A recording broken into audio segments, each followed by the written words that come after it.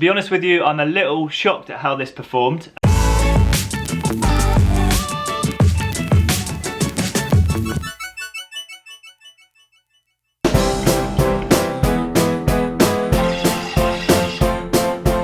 Good morning, welcome back to the channel. Today I've got a first impressions review of the Adidas Adios Pro 3. It's a bit of a mouthful, but I've already taken this shoe out for 2 runs. The first run was about 15 kilometers, and the second run was my Sunday long run, 25 kilometers. And yeah, so far really enjoyed this shoe, very comfortable. But before I give you my first impressions review, I'm going to take it down to my local loop and do my speed session in the shoe this morning. After all, this is a marathon racing shoe option, so yeah, I needed to put it through its paces before I give you my first impressions. But that's what today's video will be. I'm just making my morning coffee. Recently made the switch to oat milk, giving it a try. Better for the environment. It's actually got a lot less saturated fat than the regular blue milk I use.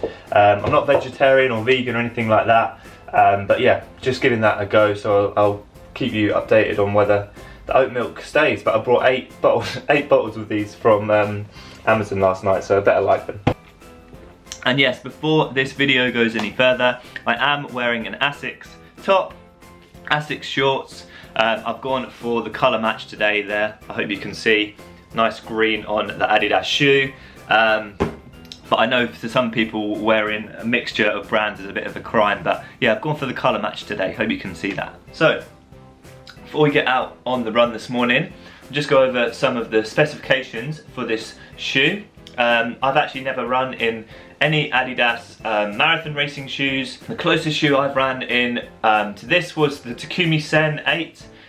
Which also has the carbon infused energy rods. And the energy rods have been found in Adidas the racing shoes for the last couple of years. Interestingly, in this iteration, the energy rods actually are sort of joined, they're one plate.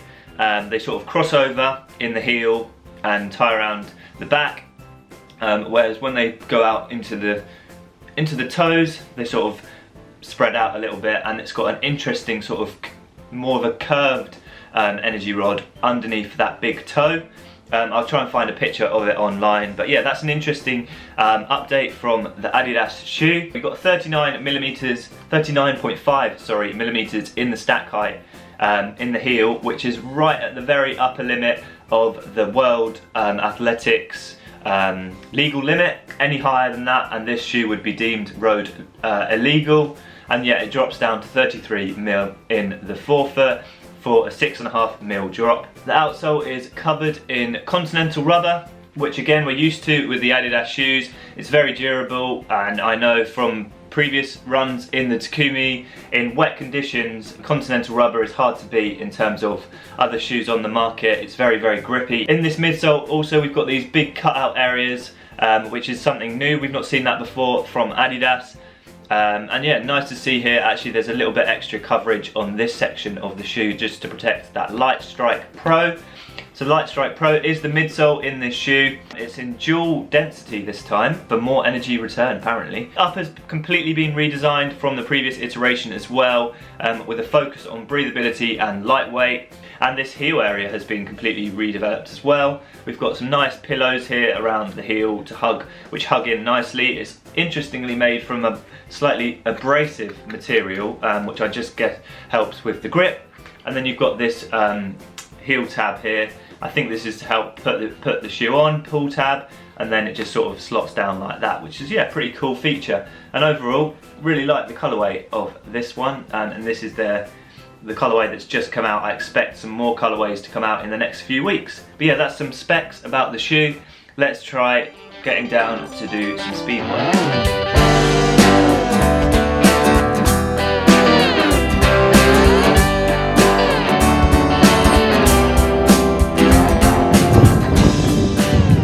So it's another lovely day to be testing shoes. Nice and sunny, it's about 18 degrees at the moment. A little bit windy, probably hear that on the camera. But yeah, I was just thinking how lucky I am to be in a position now where I get to test running shoes as my job basically. So yeah, I just want to say a big thank you to ProDirect Running. They sent the shoes out to me for the purpose of this review, which is amazing. The shoes cost £220 retail price, which I would have had to fork out in order to make this video, but yeah, ProDirect have been very kind. So if you'd like to purchase them, please consider doing so through ProDirect. Not only will they get a kickback, I get a small commission through the affiliate link, and it just helps the production of these videos. But that being said, Adidas or ProDirect Running have not seen this video before it comes out, and as always, I'll give you my non-biased opinions about the shoe. But yeah, just on the warm-up, and then we'll jump into the speed work and see how they compare to the rest of the marathon racing shoes that are on the market at the moment. Okay, so I've made it down to my road loops. Today's session is 3 by 10 minutes at just above threshold effort today, so around somewhere between a threshold and 10k pace today. Just trying to build a little bit more intensity ahead of my next race, which is in about 13 days when I'm filming this, which will be the ASICS 10k. I'm going to get into this now, prop the camera up and let you know how the session goes, and then when I get home I'll give you my first impressions on how the shoes performed.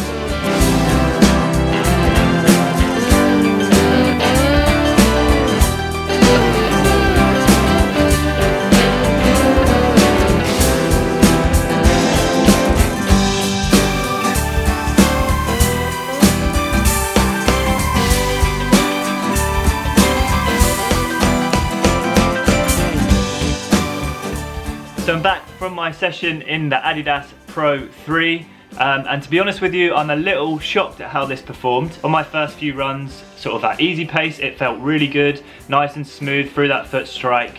But yeah, at the faster paces today on my threshold work, it also felt incredible. And yeah, that's the fastest I've ever done that session. It was 3 by 10 minutes at threshold.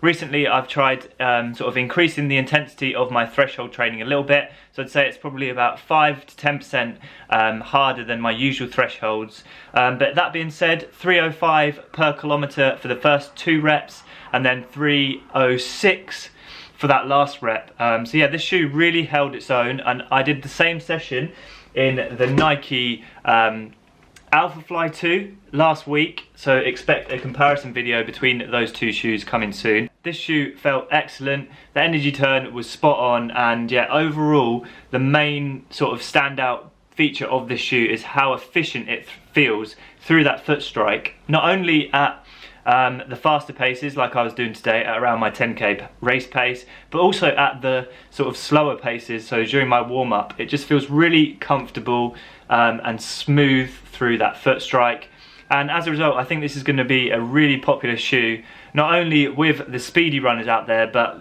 for the less speedy, so hate to say it, the slower runners amongst us. I feel like this is going to be a lot more suited than, say, shoes like the Vaporfly and the Alphafly. Sorry for the sirens there, we live on a busy road. Another one of the big plus sides of this shoe is the stability improvements on this model versus the second. Now, I didn't actually run in the Adios Pro 2, but from what I've heard from my friends who had the shoe, they said it was a little bit unstable, especially in the heel area when going around corners, whereas this shoe feels really stable. I read online that they've increased both the landing in the forefoot and the heel of this shoe, and that really shows in the stability on the corners. That Continental rubber grips really well, and yeah, it's a nice stable ride. And for a shoe with 39.5mm of stack height in the heel, that was a little bit of a surprise as well. Some of the downsides to this shoe, unfortunately Adidas have gone with the usual laces that they put in their shoes, and I think, yeah, £220 this shoe retails for. I would like to see these laces improved a little bit. They seem a little bit cheap and basic to me. Another downside to this shoe is that the upper is designed for pure speed. There's very little sort of added comfort in there. The heel counter was good, a nice amount of cushioning, not too much, keeping the weight low, but this tongue area is very, very minimal, and yeah, I would say you just have to spend a little bit more time getting a good lockdown with this shoe to avoid any like bruising on top of the foot. And the only other downside that I can think of for this shoe is it feels a little bit clunky on first impression. Despite that, the weight of this shoe is so light as a feather, so that clunkiness sort of, you get used to it, and yeah, you don't really feel it when running at the faster speeds. It's just when you initially put the shoe on the foot, it feels a bit like you've put on, I don't know, a hoof. Really impressed with the Adios Pro 3. I'm not gonna lie, I'm a bit more of a Nike fanboy, so I've tried a lot of Nike shoes in the past, and I tend not to review Adidas shoes as much. But moving forward, I'm definitely going to be trying the Adidas lineup a lot more. This has really impressed me. I went half a size down as well, and I would advise that with Adidas shoes for my foot type personally. They always come up a little bit long. I hope you've enjoyed this review. Expect a comparison video between the two super shoes that have been released by Nike and Adidas in the next few weeks. If you're new to the channel, make sure you subscribe. But I hope you've enjoyed this first impressions review. Any questions you have about the Adidas Pro 3 or the Alphafly 2, drop them down in the comments and I'll get back to you as soon as possible. But yeah, until next time, aspire to run, run to inspire, and we'll see you again soon.